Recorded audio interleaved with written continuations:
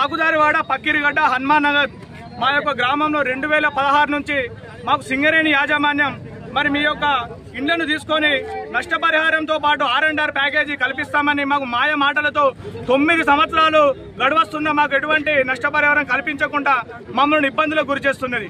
ఎప్పుడు మేము రిప్రజెంటేషన్లు ఇచ్చినా చైర్మన్ గారితో మాట్లాడి మీకు వెంటనే కొన్ని ఇండ్లకు జెన్యూన్గా ఉన్న ఇండ్లకు మీకు నష్టపరిహారం కల్పిస్తామని స్థానిక జీఎం గారు మాకు హామీ ఎప్పటికీ ఇస్తూనే ఉన్నారు. ఇప్పటి వరకు ఎటువంటి హామీలు కూడా మాకు అమలు కాలేదు. కావున ఈరోజు మేము ఓసీ2 క్వారీని అడ్డుకోవడానికి వచ్చినప్పుడు సింగరేణి యాజమాన్యం మరి పోలీసులను పెట్టి మమ్మల్ని భయభ్రాంతులకు గురి చేసి మమ్మల్ని ఇబ్బందులకు అడ్జేస్తున్నది.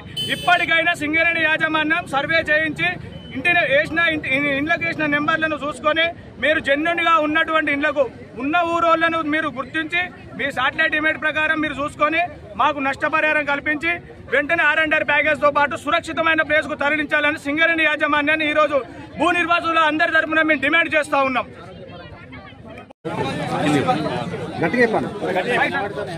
ఈరోజు మా బుర్రా మనోజ్ ఆధ్వర్యంలో భూ నిర్వాసితుల కమిటీ ఆధ్వర్యంలో జరుగుతున్న ధర్నా ముఖ్యంగా ఈ ఓసీ2 ప్రాజెక్టుకు అంతకుముందు డూయింగ్ లైన్ కూడా మేము 2000కు 3000కి ఎకరం ఇచ్చినాం.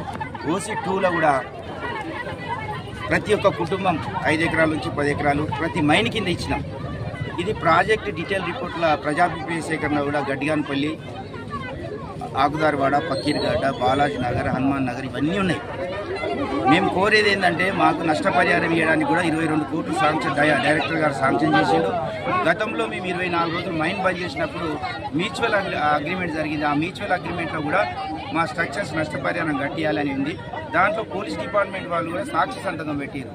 కాబట్టి నేను ఇక్కడ నా జిఎం గారికి అదేవిధంగా సిఎండి గారికి కూడా నేను విజ్ఞప్తి చేస్తున్నా, మీరు ఎంత త్వరగా అయితే నష్టపరిహారం చెల్లించాలి. లేకపోతే ఈ మైన్ నిరవధికంగా మమ్మల్ని అరెస్ట్ చేసినా, చంపినా, కొట్టినా మేము ఈ మైన్ మాకు నష్టపరిహారం ఇచ్చే వరకు నిరవధికంగా బంద్ చేయడానికి భారీ అప్పీలతో ఇక్కడ పడుకుంటామని తెలియజేస్తున్నా.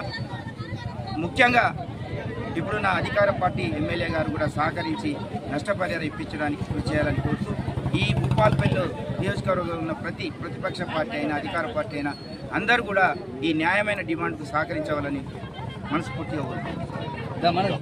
డెవలప్మెంట్ లేదు, వీళ్ళ ఓసీ చేయబట్టి మస్తు ఇబ్బందుల పాలవుతాయి. మొత్తం బ్లాస్టింగ్ అయి గోడలు కింద అన్ని కూలిపోతున్నాయి. పిల్లలు బాధపడతారు, మా హెల్త్లు కూడా బాగా ఖరాబ్ అయిపోతున్నాయి. కాబట్టి మాకు ఏదో ఒక న్యాయం కంపల్సరీ ఇప్పుడు జరగాలి. మాకు జరుగుతూనే ఇక్కడ నుండి కదులుతాం, లేకపోతే కదిలే సమస్య లేదు.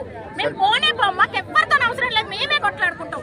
అన్నయ్య వాళ్ళు ఎన్నోసార్లు మా కోసం కొట్లాడిండ్రు, వాళ్ళది కూడా వాళ్ళు తీసుకుంటలేరు. కాబట్టి మేమే డైరెక్ట్ కొట్లాడదామని వచ్చినాం. వాళ్ళు చచ్చుడా మేము చచ్చుడా ఏదో ఒకటి కావాలి ఇప్పుడు అంతే.